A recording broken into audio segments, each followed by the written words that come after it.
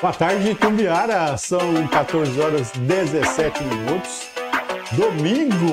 Domingo de carnaval, mas aqui para nós o Diário de Itumbiara nunca para. Afinal, é Diário de Itumbiara, né? Não para no futebol, não para na educação, não para em notícias. E a gente vai começar aí uma série histórica, né? Vamos falar sobre a história de Itumbiara. Vão ser vários episódios, né? Nós vamos começar desde lá a origem, né? Desde a origem. Mas qual que é a origem de Itumbiara? Com a internet hoje é tão fácil, né? Vamos ver o que fala. Vamos na página oficial da prefeitura, né? De repente a nossa resposta está lá, está tudo respondido e a gente nem precisa falar de história de Itumbiara. Vamos ver aqui. Eu vou tirar aqui essa apresentação. De repente, se a gente pesquisar lá, nem precisa. Vamos lá, história de Itumbiara. Isso aqui está na página da prefeitura oficial. Assinado por um colega meu, historiador da Academia Itumbiarense de Letras e Artes, Museu Municipal. Vamos lá, qual que foi a origem de Itumbiara? Aí você também pode perguntar, né? Aí, por inteligência artificial, no Google. E eu aprendi lá na escola, né? Estudei lá nos primeiros anos. Escola General Cunha Matos. Me ensinaram, vamos lá. Segundo reza a tradição, lá pelos idos de 1824. Então aqui já coloco a data. 1824. Vamos lá. O deputado imperial Marechal Raimundo José da Cunha Matos. Aí tem um fundador, né? Seria Marechal Raimundo José da Cunha Matos. Fez votar uma lei na Câmara da Corte, autorizando a abertura de uma estrada variante e partindo da Estrada Geral do Anhanguera, no povoado de Uberaba, antiga Farinha Podre, como era conhecido, dirigindo-se a Goiás, passando por Santa Maria, Meia Ponte, atravessando o Rio Paranaíba, onde se construiu um porto de passagem em balsa. Pronto, respondido. Vamos encerrar nosso programa? Não, vamos encerrar não, vamos... depois de muitos anos de pesquisa, né? E aqui eu quero, desde já, né, dizer que nós temos como referência dois pesquisadores da Universidade Católica, né? Fiz mestrado lá. Esse pessoal, em 2009, fez um trabalho fantástico de pesquisa sobre Itumbiara. Não tem nenhum pesquisador que foi mais próximo, né, ali da origem de Itumbiara. E hoje nós vamos falar da origem, né? Essa estrada, esse porto, geralmente eles não costumam cobrar em provas, que hoje é obrigatório, né? Quando vai fazer uma prova aqui no estado de Goiás, uma lei de 2004 diz que tem que ter atualidades, a história de Goiás, história local. Vamos ver se corresponde a essa história aqui. Está na página da prefeitura? Vamos fazer uma revisão, então, de acordo com estas pesquisas. Vamos lá, então. Nós estamos começando Caminhos de Itumbiara. Inclusive, tem uma obra, né, referente à história de Itumbiara. E vou fazer agora justamente com esse título, porque nós vamos traçar um novo caminho. Então, da Estrada Nova à Cachoeira, né? Afinal, dizem que Itumbiara é caminho da cachoeira. Então teria 200 anos, né? Como disse aqui na página da prefeitura. Mas vamos voltar desde lá a Capitania de Goiás, antes, para entender, né? No período Ciclo do Ouro. Itumbiara não nasce ali no Ciclo do Ouro, né? Então nasce depois. Mas eu preciso entender antes do Ciclo do Ouro para poder entender como nasce essa estrada, né? E esse porto. O porto aqui, né? Tem um rio Paranaíba, né? Então, é onde embarcava e desembarcava mercadorias e pessoas aqui no rio Paranaíba, nessa travessia Minas Gerais, Goiás. Eu vou até ficar de pé e vamos fazer essa viagem.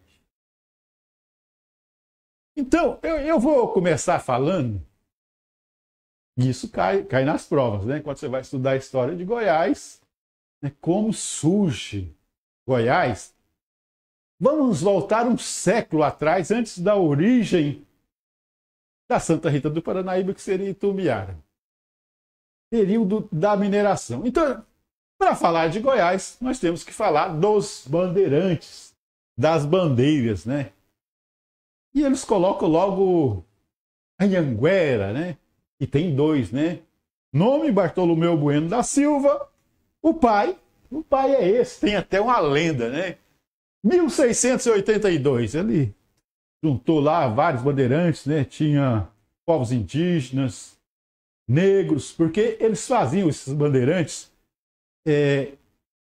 apresamento de indígenas, né? Iam trabalhar para eles, junto com os escravos negros, e também prospecção, atrás de ouro.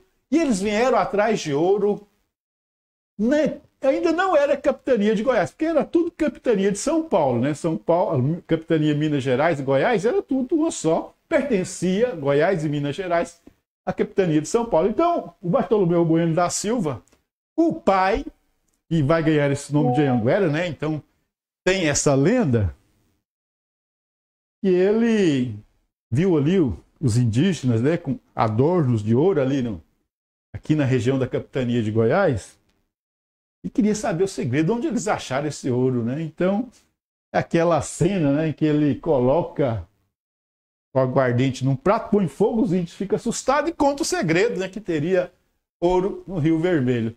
Nessa vinda em 1682 de Bartolomeu Bueno da Silva, o pai, seu filho teria ali, Bartolomeu Bueno da Silva Filho, cerca de 12 anos. Ele veio nessa viagem. Depois, então, Bartolomeu Bueno da Silva, o pai, não voltou mais, né? Mas as bandeiras continuaram e o filho virá em 1722 aí com a nova bandeira, né? Lembrando que bandeiras era de iniciativa privada, né? Diferente das entradas, que era o próprio governo. Lembrando que era uma colônia naquele tempo o Brasil. Partia de São Paulo, as bandeiras visavam lucro, né? Ou apresamento de indígena, ou prospecção, nesse caso, vieram atrás do ouro. Já estavam atrás de Minas e vieram aqui em Goiás e já tinham também ido até Cuiabá. Nós estamos falando tudo isso para chegar em um novo ciclo econômico que está ligado à origem de Itumbiara, que não é do período minerador. Mas eu tenho que entender em Goiás o período minerador para entender. Então, essa foi... Aqui essa imagem, depois eu vou passar o slide para você. Então, o pai, o filho com 12 anos, os bandeirantes, chegando em Goiás. Isso foi em 1682. Então, depois o filho, né, veio primeiro com 12 anos, depois em 1722, entre 1724, ele chega com a nova bandeira. E aí, atrás do ouro, né, no Rio Vermelho, ouro de aluvião, né, que... Aqui é um quadro, são 4 pinturas do Calmon Barreto, que mostra o pessoal ali, né, no leito do rio, na busca do ouro. Inicialmente, nós vamos ter em 1726 a fundação de o Arraial de Santana, né? E aqui, como era uma colônia de Portugal, quando eu falo aqui Arraial, ainda não tem, né, autonomia nenhuma. A própria não existia capitania autônoma, a capitania de Goiás, porque ela pertencia a São Paulo. O Arraial, então, de Santana vai dar origem à vila, né? A Vila Boa, que será a capital da capitania de Goiás. Se torna capitania 1748, 749, é instalada, então fica, né, separada de São Paulo, a capitania de Goiás, e a capital, Vila Boa, que antes foi um arraial, que não tinha autonomia. Quando se torna vila, é como um município, né? Nós vamos ver Itumbiara, por exemplo, em 1909 se tornou uma vila. Quando é vila, é porque se emancipou. Mas hoje nós vamos falar de Itumbiara lá na origem. Segundo, né, está na história, teria originado de uma estrada aqui no sul de Goiás. Qual que é essa estrada?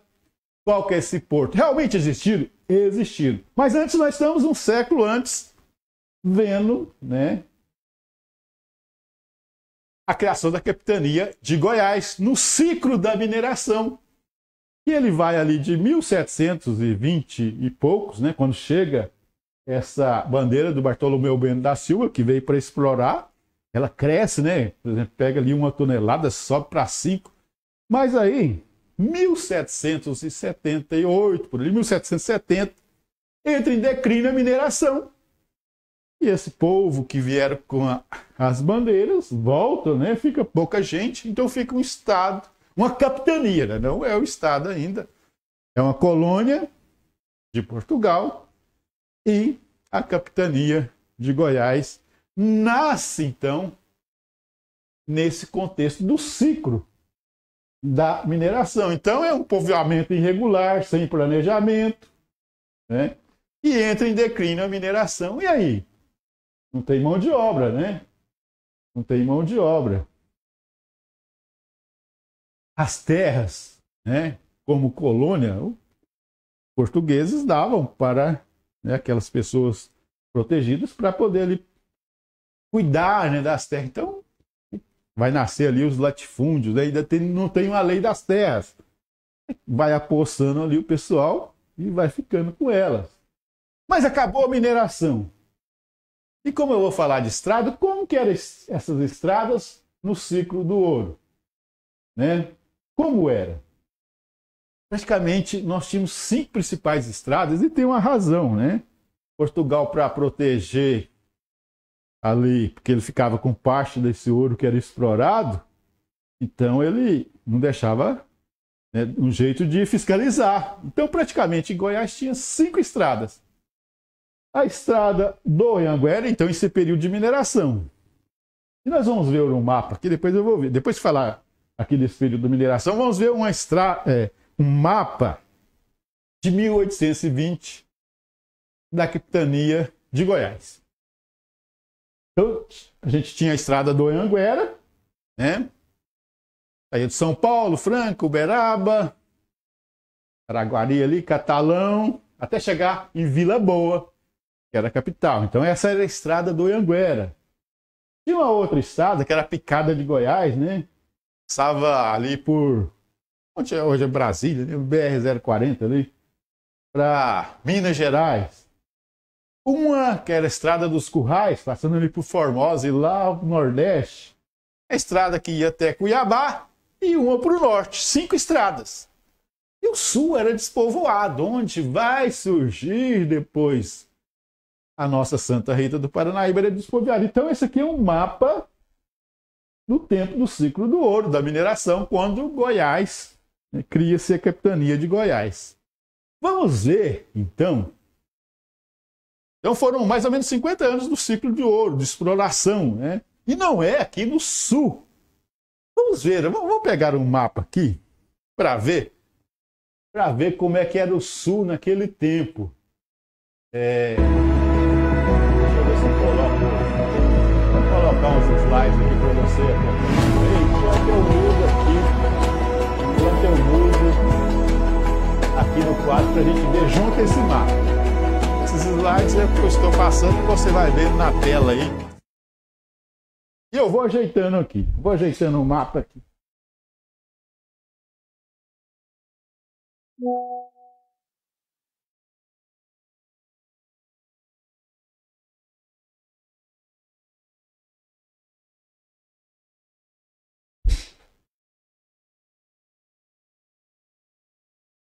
Você está vendo aí, né? Os slides passando, atualidades, de história. E vai ver comigo esse mapa aí que você viu agora. Então, vamos passar ele aqui. Vamos ver junto no quadro para você entender. A gente passou pelo período da mineração, século XVIII, ciclo do ouro, 1722, 1770. Acabou o ouro ali, né, no Rio Vermelho.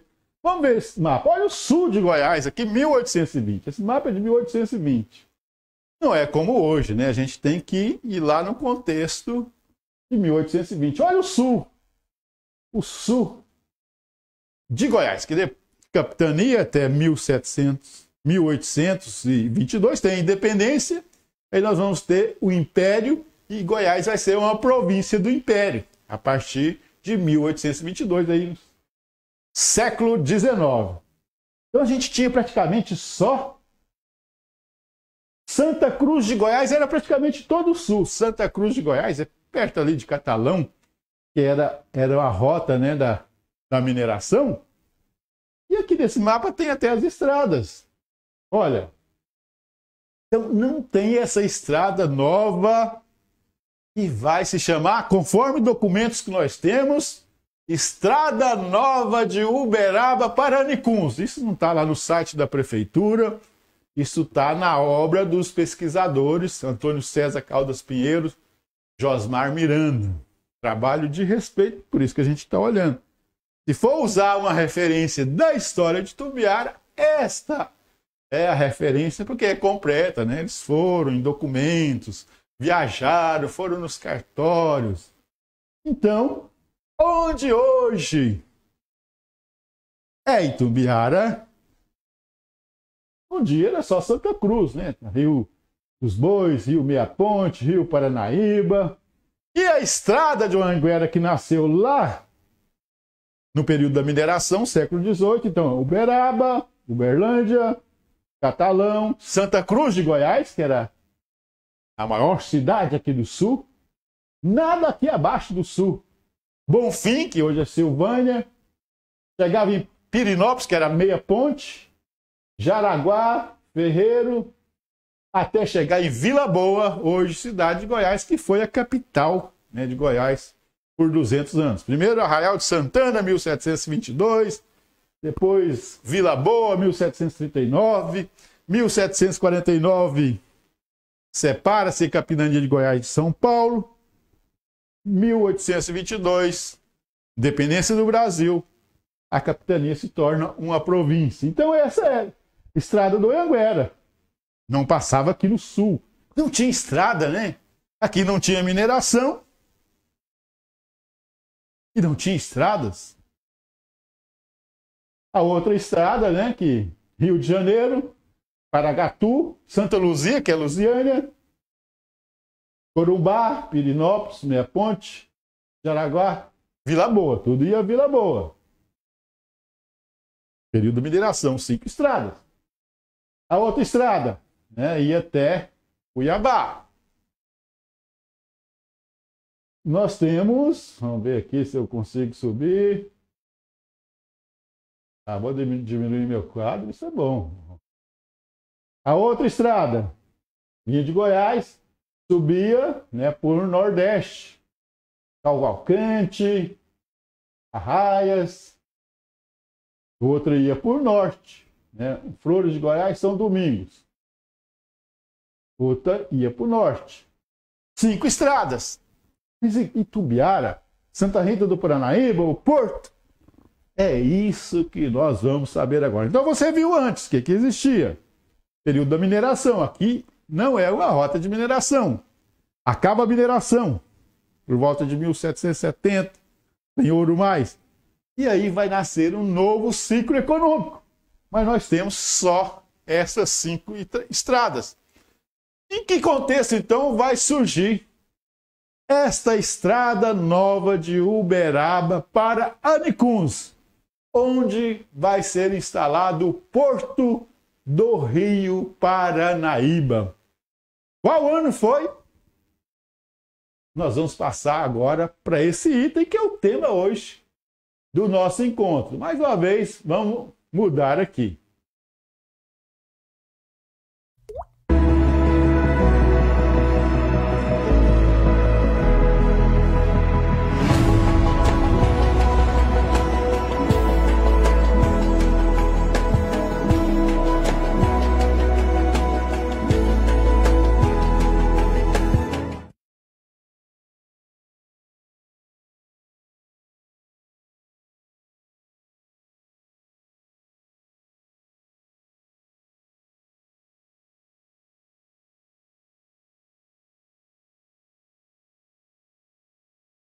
Enfim, chegamos século XIX.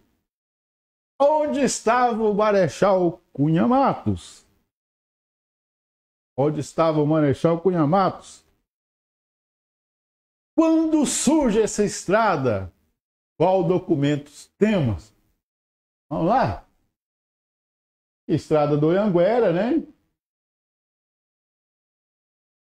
Vamos chegar no ciclo da agropecuária. Então, acabou o ouro. Não tem mão de obra, né? Ainda se vivia o tempo da escravidão. Goiás, então, não tinha aí mão de obra, né? Muita gente voltou, né? As bandeiras, acabou o ouro.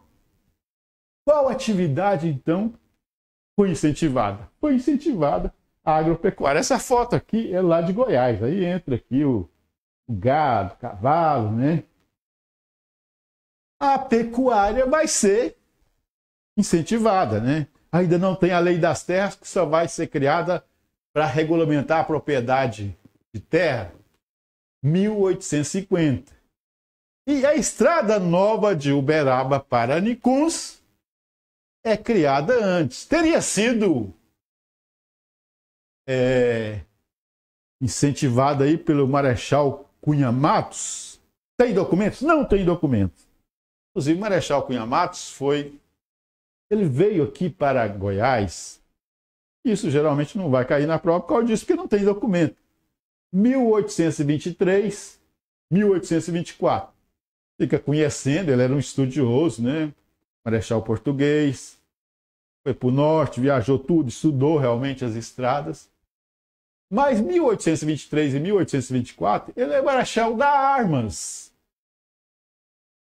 Vamos lembrar aí que a independência foi em 1822. Nós vamos ter aí a primeira regência de Dom Pedro. Então tá ali naquelas mudanças, né? Cria-se a província de Goiás. Quem vai mandar aqui? Presidente da província. Quem indica?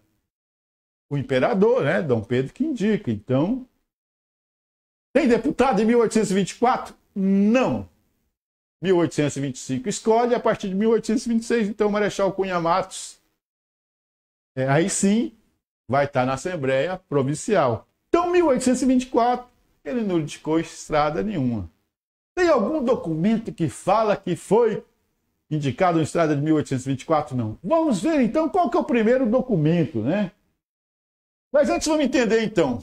Morre o ciclo da mineração, incentivo em Goiás, o ciclo da agropecuária, da pecuária, né? Por quê? Atividade. O investimento é pequeno, né? Primeiro tem muitas terras livres. Imagina aqui, Rio Paranaíba, são terras livres. Aí começam a chegar, e aí no meu livro eu pego uma família específica aqui, do capitão Manuel Marques, ele chega aqui, tem documentos da igreja, né? Que é o nosso próximo tema. Vamos falar sobre a igreja aqui em Santa Rita do Paranaíba e Itumbiara. Por volta de 1840 ele estava ali, ocupou essas terras. Assim como o doador, né, Joaquim Guardiano da Costa, que doa terra para a igreja, foi todo o pessoal que ocupou as terras aqui, que estava livre. Só a partir de 1850, com a lei das terras, é que aí vai ter que regularizar, né? Quem quiser terra vai ter que comprar, né? Aí o indígena pode comprar terra, negro pode comprar terra, tem funcionário... Não, é só os latifundiários, quem tomou conta, aí começa já os latifúndios, né?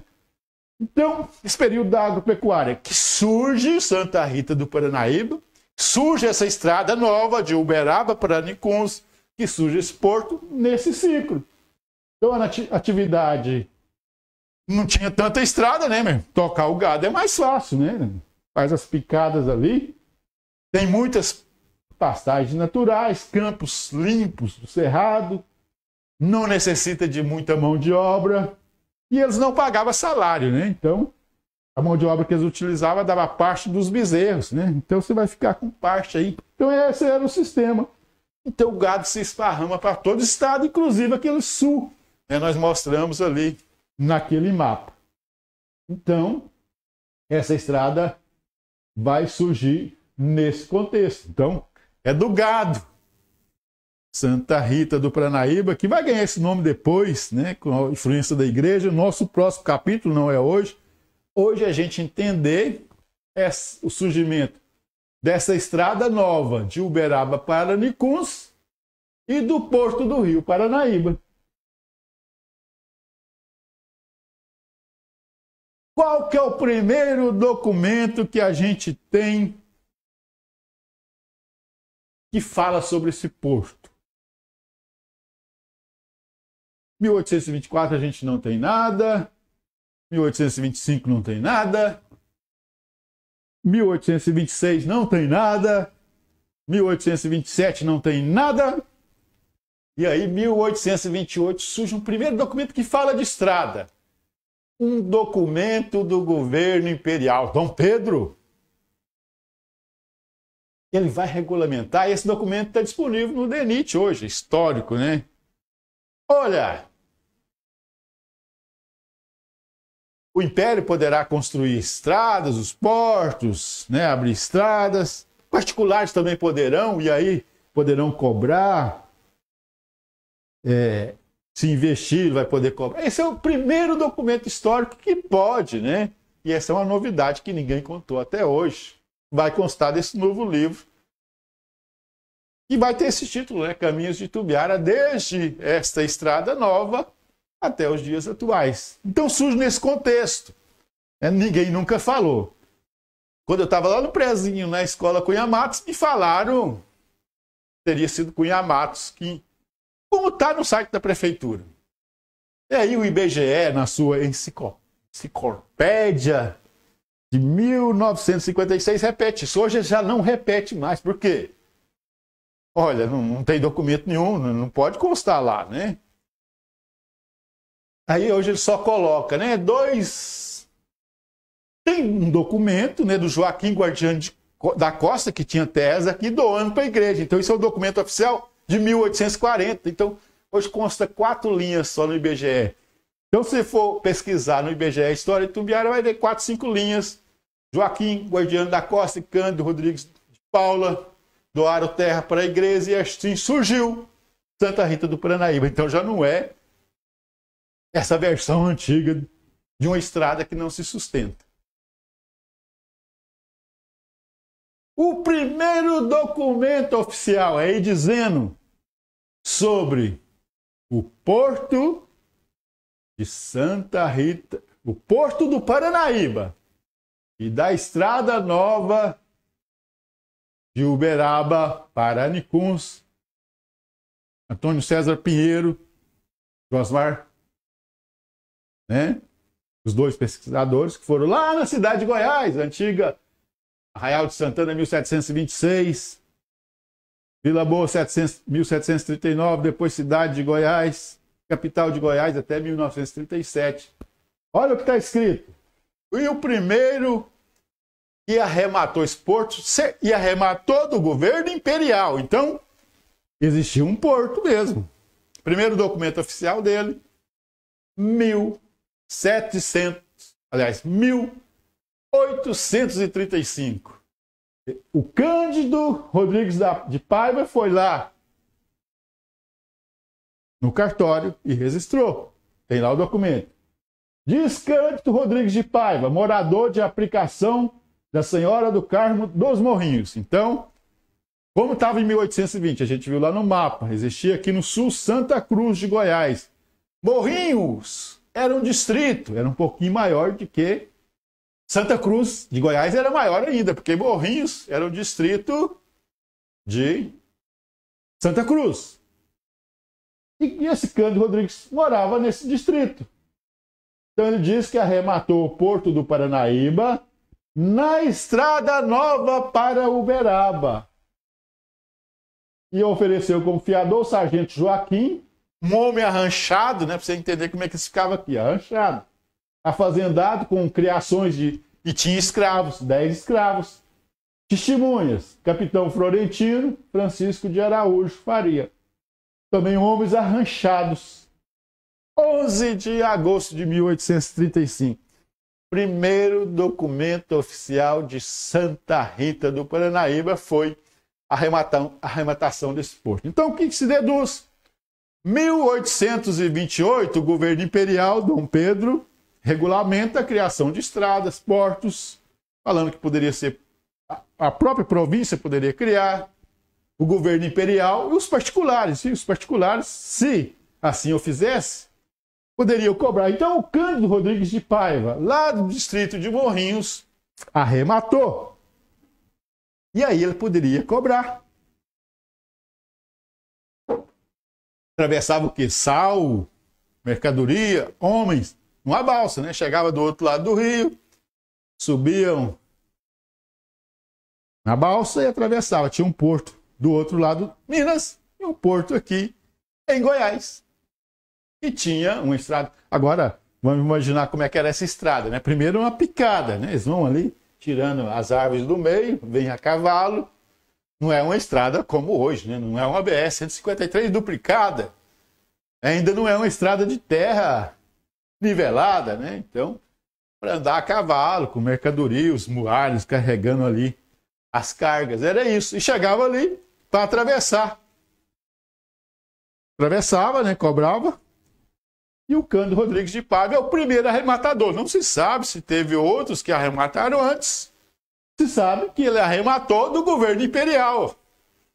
Aí poderia se deduzir que foi o governo imperial. Mas é o primeiro documento oficial. Então, isso aí prova que existiu o Porto do Paranaíba. E aí tem outros historiadores, né? Diz que esse porto existia em 1832, quando o João Crisóstomo, né, que veio de Ouro Preto e foi para Quirinópolis, ele é o fundador de Quirinópolis, passou aqui pelo porto em 1832, então existia. Os padres, né, que viveram aqui antes de nós, Teófilo de Paiva, o Bermejo, né, Florentino Bermejo, eles colocam a data ali por volta de 1830, mas não se sustenta em documentos. O primeiro documento oficial é esse, sobre o Porto do Rio Paranaíba. Porto do Rio Paranaíba. Não existe ainda, né? Santa Rita do Paranaíba. Isso a gente vai ver só a partir de 1840 e nosso próximo episódio. Porque hoje nós estamos falando do porto que existiu e foi arrematado do governo imperial pela primeira vez pelo Cândido Rodrigues de Paiva. 11 de agosto de 1835, primeiro documento oficial. Ele tinha que ter um fiador, né? Então tem o documento da fiança também. Aos 11 dias do mês de agosto de 1835, 4º da independência e do Império do Brasil, foi no cartório, né? Compareceu o tenente Cândido, era Cândido. Se entender, né, essa capitão, tenente, coronel nesse período, é porque esse tinha uma guarda nacional, né? E esses fazendeiros tinham os títulos, porque eles próprios, né, com a sua guarda nacional ali naquela localidade, é que cuidava da segurança, né? Então, o exército enfraquecido, não tinha o exército como hoje, então, por isso que tinha a guarda nacional. E depois vai sofrer reforma, né? Por isso que a gente vê aqui, ó, ele era fazendeiro, tenente, né? O Cândido Rodrigues de Paiva, o primeiro arrematador aqui do porto. E quem foi os fiadores? Foi um sargento. Então, fiador, testemunhas, 3 anos, né? O prazo de 3 anos. Depois vai ser arrematado por outros, né? E eles foram fiador. Lá do Curato, né? Curato era por causa tinha uma relação muito próxima, né? Igreja e lá no tempo do Império. A gente vai ver isso no nosso próximo capítulo. Mas isso é só para mostrar a existência do porto e como ele se refere a essa estrada nova que surgiu aqui, né? Nesse período da agropecuária, que é a Estrada Nova de Uberaba. Vinha ali por Uberabinha, que é Uberlândia, Monte Alegre, atravessava aqui, subia para Nicons. E aí tem que entender que nesse período não é como hoje, tantos municípios, né? O Santa Cruz de Goiás era praticamente todo o sul de Goiás, subia lá para Anicuns. É isso que está registrado na história. E esse porto depois foi também arrematado por outros, né? Porque esse primeiro, por exemplo, foi por 3 anos. Foi arrematado por Jacinto André. E lá estava registrado. Como é que era esse porto? Uma barca, 3 canoas, ranchos cobertos de capim, né, ali perto do rio. Depois, 1844, Pedro Maciel. 1850, Pedro Manuel. E aí a província de Goiás, ele vai se tornar estadual só a partir de 1853. Mas nós vamos falar só para frente. Estamos aqui falando no período de 1828, quando tem-se a lei do governo imperial, a provável ali, instalação do porto, da estrada nova de Uberaba para Nicuns, 1830, e suas arrebatações, que tem documento, 1835, 1844. E aí a província de Goiás assume esse porto, e aí a fiscalização, a cobrança, a partir de 1853. Notícias, né, que a gente teve que existir esse porto, 1832, o João Crisóstomo de Oliveira, fundador de Quirinópolis, passou por aqui e citou. Então, esses são os registros que tem. E essa seria a estrada nova de Uberaba, né, subindo para Anicuns, na província de Goiás. E aí nós temos, né, quais os documentos que fundamentam essa autorização dessa estrada nova de Uberaba para Anicuns, passando aqui, e alguns atribuem, né, aqui nem se comemora. Por que não comemora 200 anos no ano passado da fundação? Porque se comemora só a instalação, né? Depois a gente fala isso nos próximos capítulos. Porque não tem documentos, né, que comprovam essa fundação com essa estrada, Marechal Cunha Matos. Primeiro documento, 1835. Então, a lei que autoriza a criação de estradas, governo imperial, então, era um deputado. E aí você pode pesquisar todos os atos do deputado Cunha Matos entre 1826 e 1833, enquanto esteve lá. Na Câmara tem, né, os pronunciamentos dele. E não consta, né, a não ser a gente aqui que inventou isso, que ele era um deputado, né? Poderia até ter pedido, porque ele conhecia a situação de Goiás. Mas quem disciplinou foi o governo imperial Dom Pedro, 28 de agosto de 1828. Estabeleceu regras para a construção de obras públicas que tiveram objeto a navegação de rios, abertura de canais, edificação de estradas, pontes, calçadas, aquedutos. Dom Pedro I, pela graça de Deus e unânime aclamação do povo, imperador constitucional, defensor perpétuo do Brasil, faz saber a todos os subditos que a Assembleia Geral decretou, e ele aprovou a seguinte lei. Então, a lei que autorizou essa estrada nova foi a partir de 29 de agosto de 1828, por meio do nosso imperador Dom Pedro, né, na primeira regência. E depois o outro documento que a gente tem sobre a criação desse porto e dessa estrada em 1835. E qual a visão que se tem, né, os viajantes que passaram por aqui, como era, né? Tem pouca coisa, a não ser aqueles trechos que nós lemos da prefeitura lá, né? Ou do IBGE em 1956, na sua enciclopédia. Ele diz que foi Marechal, 1824, Como era a visão, né, desse tempo? Isso o Visconde Taunay, ele passou aqui, tem um livro, né, Carta de Campanha no Mato Grosso, dirigido a seu pai em 1865. Qual que era a visão que ele tinha aqui desse porto? Vamos lá, olha o que ele diz. Estamos em Cantuária, Fragoso e eu, ocupando uma casinha bonitinha, entre o vasto laranjal, num lugar muito aprazível. E aí, a partir de 1840, né, o que era um porto do Rio Paranaíba tornou-se um arraial. Ele está em 1865, né? Uns 20, 30 anos depois do funcionamento desse porto. Como é que estava? Olha, a população de Santa Rita de Cássia, mais comumente chamada Santa Rita do Paranaíba, está à margem direita do grande rio e suas primeiras casas erguem-se no declive. Vamos imaginar ali ali naquele declive, onde chega a Santa Nossa Senhora das Graças hoje, né? Primeiras casas surgiram ali. Declive da rampa e vai até o porto, onde atraca balsas e canoas. E então essa era a chegada do pessoal aqui, né? 1865, balsas e canoas chegando. Data de pouco tempo, freguesia. Tornou-se freguesia em 22 de agosto de 1852. Mas é assunto, você vai entender o que é freguesia no próximo encontro. Porque hoje nós estamos falando só da Estrada Nova de Uberaba para Nicuns e no Porto do Rio Paranaíba, construído aqui no sul de Goiás. O que tem lá? O movimento é quase nulo, né? É só tropa chegando e levando com sal. Paranaíba daqui para baixo é ótimo para navegação, né? Enormes terras, né, que foram ocupadas por fazendeiros que vieram aqui de Minas Gerais.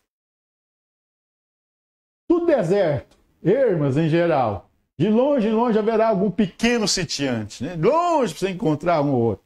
Imagina, hoje tem 103 mil habitantes, você só tinha ali as canoas, a balsa para atravessar e o povo seguia, né, rumo a Nicuns.